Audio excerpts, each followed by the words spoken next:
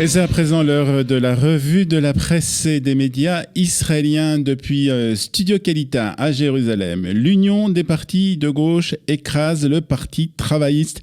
C'est la première conclusion du Israël Hayom ce matin. Le quotidien, comme le reste d'ailleurs de la presse israélienne, publie un sondage des intentions de vote des Israéliens aux prochaines élections du 17 septembre prochain. Selon ce sondage, l'Union démocratique obtiendrait 9 mandats. Le parti travailliste, lui, tomberait à 5 sièges seulement. Autre résultat de ce sondage, c'est un affaiblissement des deux grands partis, le Likoud et Kahol Lavan. Pour le sondage de Israël Hayom, le Likoud reste en tête cependant, mais il perd des sièges et obtiendrait seulement 31 mandats dans la prochaine Knesset, donc une baisse significative pour le Likoud, baisse significative aussi selon le Israël Hayom pour Kahol Lavan qui obtiendrait 30 sièges dans la prochaine Knesset. Pour le Israël Hayom, les partis de droite ont intérêt à s'unir car selon le sondage de ce matin, une telle union créditerait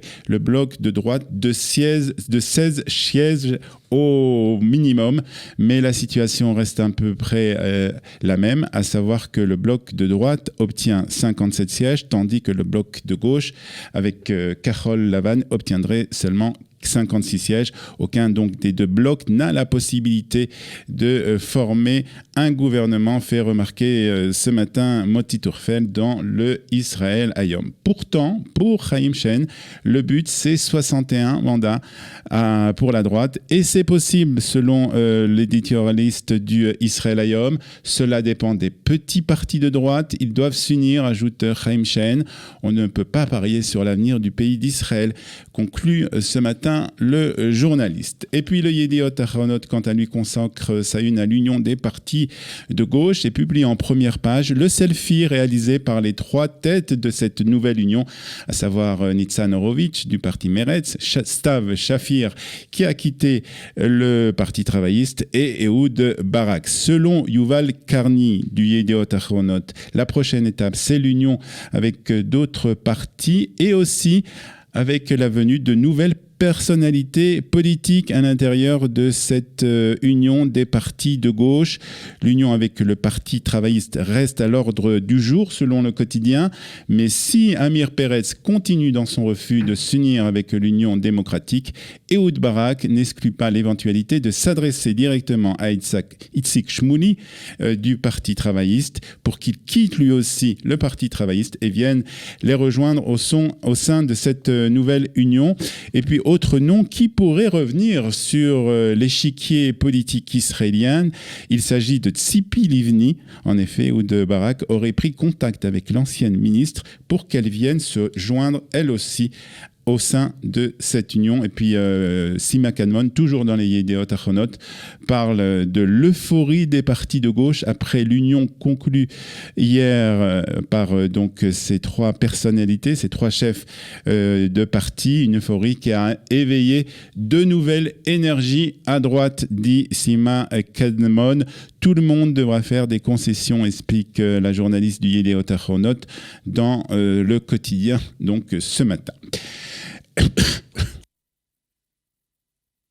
Et toute la presse parle de la libération de 5 des jeunes Israéliens qui étaient détenus à Chypre. La police chypriote a annoncé que 5 des 12 suspects israéliens arrêtés pour le viol collectif présumé d'une touriste britannique sur l'île ont été relâchés hier après avoir été détenus pendant plus d'une semaine. Cette libération est liée, nous explique la presse israélienne ce matin, au test ADN effectué sur des échantillons prélevés sur les lieux du viol présumé. Je ne suis pas coupable, tout va bien, déclare l'un des adolescents au Yediot Ahronot ce matin. Et puis le Maariv nous indique quant à lui que les deux Israéliens qui ont été tués hier dans la ville de Mexico sont Ben Sotahi et Alon Azoulay. Il nous rappelle que Ben Sotahi était un délinquant connu des services de la police israélienne. Il a même purgé une longue peine de prison pour son implication dans une tentative d'assassinat. C'était à la fin des années 90. Les deux Israéliens ont été abattus dans un centre commercial à Mexico. Tout laisse à penser qu'il s'agit d'un règlement de compte entre des bandes de délinquants à Mexico. Et Israël Hayom nous parle ce matin de ce qui s'est passé hier à Strasbourg. En effet, les supporters de l'équipe de Maccabi Haïfa ont finalement pu arborer les couleurs du drapeau d'Israël lors de la rencontre qui s'est déroulée hier dans la ville de Strasbourg.